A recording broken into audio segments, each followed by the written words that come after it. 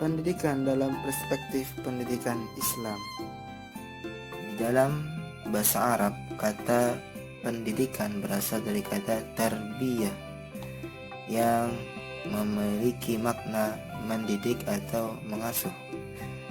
Pendidikan juga tidak terlepas dari seorang pendidik atau seorang guru. Di dalam Islam biasa disebut dengan ustadz, mudarris, muallim, dan muaddib, di mana sebutan ini semua mengacu kepada pendidik, di mana tugas pendidik ini juga berperan sebagai mengasuh peserta didik dalam perkembangan jasmani, rohani, dan akal, sehingga peserta didik bisa terbentuk pribadi muslim yang baik. Di dalam Islam sangat menekankan umatnya untuk belajar dan berpendidikan. Hal itu bisa dibuktikan dengan banyaknya seruan-seruan dalam Al-Quran, hadis, dan perkataan para ulama. Islam begitu menganggap penting terhadap ilmu pengetahuan. Dalam Al-Quran, Allah Subhanahu wa Ta'ala pun telah berfirman mengenai kedudukan orang yang berpendidikan. Dalam Quran surah Al-Mujadalah ayat ke-11 yang artinya Allah akan meninggikan orang-orang yang beriman di antara kamu dan orang-orang yang diberi ilmu pengetahuan beberapa derajat, dan Allah Maha mengetahui apa yang kamu kerjakan. Quran surah Al-Mujadalah ayat 11. Dari sini bisa disimpulkan bahwa Islam begitu menghargai sebuah sistem yang namanya pendidikan dan orang-orang yang aktif di dalamnya, seperti halnya seorang guru, dan lain sebagainya. Di sini diingatkan juga bahwa Allah Subhanahu wa Ta'ala menginginkan hambanya menjadi seorang yang mulia, karena tujuan dari pendidikan Islam adalah untuk mengembangkan potensi yang dimiliki manusia supaya menjadi manusia yang mulia, memiliki karakter kepribadian Islam, karakter yang tangguh, yang kuat. Selanjutnya, proses belajar mengajar. Proses belajar mengajar dapat diartikan sebagai kegiatan interaksi antara pendidik dan peserta didik. Fungsi utama pendidikan yaitu memberikan materi pelajaran yang dapat mempengaruhi peserta didik. Di sini ada berbagai komponen atau aspek proses belajar mengajar. Yang pertama yaitu menentukan tujuan belajar mengajar.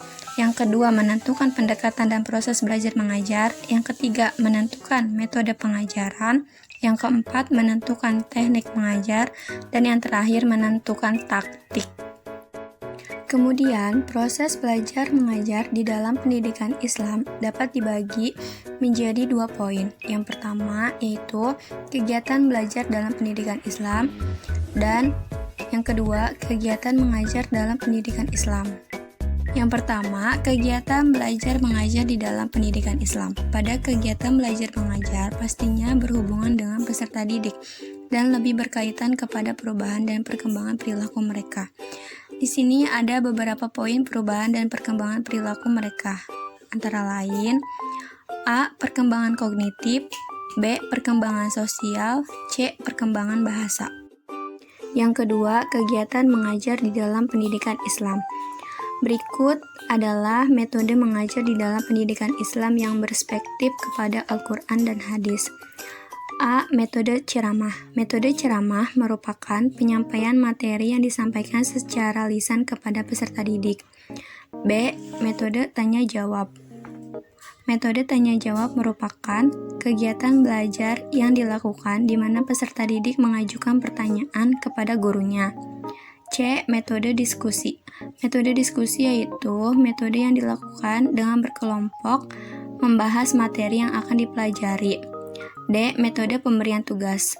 Metode pemberian tugas adalah metode di mana seorang guru memberikan tugas kepada peserta didik untuk menjadi bahan latihan mereka. E. Metode demonstrasi. Metode demonstrasi merupakan metode pembelajaran melalui peragaan suatu materi untuk ditampilkan dan dibahas oleh peserta didik. F. Metode eksperimen. Metode eksperimen adalah metode di mana peserta didik melakukan percobaan dan pada prosesnya serta hasil percobaan tersebut diamati oleh setiap siswa. Yang G. Metode kisah. Metode kisah merupakan metode di mana seorang guru memberikan materi dengan bercerita kepada siswanya. Yang terakhir, metode targhib dan tarhib. Metode ini merupakan metode di mana seorang guru memberikan materi dengan menggunakan ganjaran untuk kebaikan mereka sehingga peserta didik dapat memiliki kepribadian yang baik. Nah, kemudian di sini ada pengertian evaluasi. Nah, pengertian evaluasi itu sebenarnya banyak, teman-teman. Lalu di sini ada 3 yang paling banyak pengertiannya yang diambil, yaitu evaluasi adalah penilaian atas manfaat atau guna. Lalu, perbedaan apa yang ada dengan suatu standar untuk mengetahui apakah ada selisih. Dan di sini juga evaluasi merupakan penelitian yang sistematis tentang manfaat beberapa objek.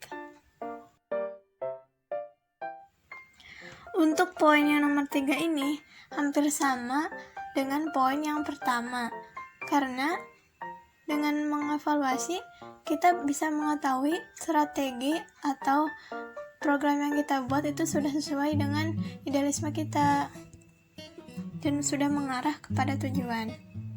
Nah, lalu kalau evaluasi pendidikan itu proses menentukan sampai sejauh mana tujuan pendidikan itu dapat tercapai dengan segala aktivitas yang kita lakukan tadi.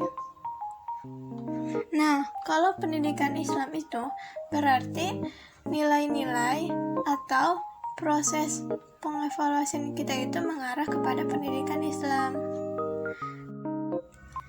Dari pembahasan tadi dapat ditarik kesimpulan bahwa pendidikan adalah suatu proses pembelajaran yang bertujuan untuk membentuk seseorang menjadi pribadi yang lebih baik dan berguna.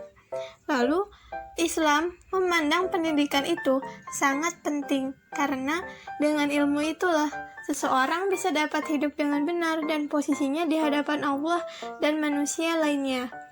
Lalu, proses belajar mengajar merupakan gabungan 2 konsep, yaitu belajar yang dilakukan oleh siswa dan mengajar yang dilakukan oleh instruktur atau guru. Nah, untuk video kali ini kami cukupkan sampai di sini. Semoga video ini dapat bermanfaat dan dimengerti oleh teman-teman semua. Terima kasih.